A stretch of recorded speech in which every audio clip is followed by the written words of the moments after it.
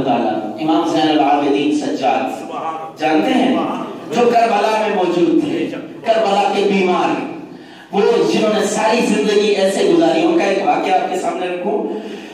ان کی زندگی میں مدینہ کے لوگوں کو پتہ نہیں تھا یہ کون ہے، ان کی عظمتیں کیا ہیں. ویسے تو سارا کچھ جانتے تھے، لیکن ایک حوالے سے ایک کیفیت ایسی تھی، غریب اور نادار لوگ جو تھے، اور بہت سارے لوگوں کے گھروں میں رات کو اندھیرے میں امام زین العابدین نبی کے نواسے ہو کر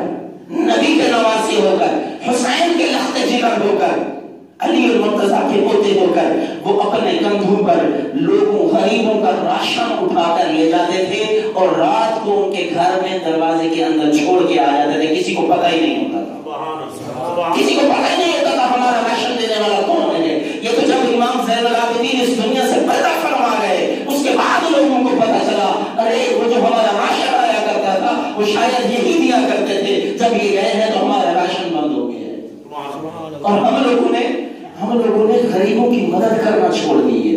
غریب پر ظلم جتنا ہو سکتا ہے وہ کرتے جا رہے ہیں. میرے بھائی، یہی امام زین العابدین رضی اللہ تعالی عنہ ایک مرتبہ اپنے گھر میں بیٹھے ہوئے ہیں، وضو کرنے کے لیے پانی منگوایا ہے. باندیاں ہوا کرتی تھی، لوڑیاں اس وقت، اس زمانے میں باندی ایک پانی لے کر کے آئی برتن میں، پیالے اس میں لوٹے میں وضو کروانے کے لیے.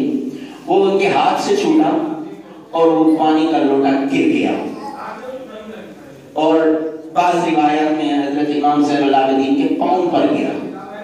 ایک باندی سے پانی کا لوٹا گرا اور امام کے پاؤں کے اوپر لگا. جیسے امام صاحب نے یوں سر اٹھا کے دیکھا اس کی طرف تو اس عورت نے، اس اللہ والی نے قرآن کی یہ آیت تلاوت کی، وَالْكَاظِمِينَ الْغَيْظَ، کہ جنتی وہ لوگ ہیں جو غصے کو پی جاتے ہیں. تو امام زین العابدین نے یوں دیکھا، اس نے قرآن کی آیت تلاوت کی، آپ نے فرمایا ہم نے اپنے غصے کو پی لیا، ہم نے اپنے غصے کو پی لیا. پھر اس نے اگلا جملہ تلاوت کیا، وَالْكَاظِمِينَ الْغَيْظَ کے بعد وَالْعَافِينَ عَنِ النَّاسِ. اس عورت نے، اس باندی نے آیت کا دوسرا حصہ تلاوت کیا، وَالْعَافِينَ عَنِ النَّاسِ. آپ نے امام زین العابدین نے فرمایا جاؤ ہم نے تمہیں معاف کیا، جاؤ ہم نے تمہیں معاف کیا. اور پھر اس نے تیسرا جملہ قرآن کی آیت کا پڑھا، وَاللَّهُ يُحِبُّ الْمُحْسِنِينَ، کہ پھر اللہ محسنین سے محبت فرماتا ہے. یہ جملہ اس نے پڑھا.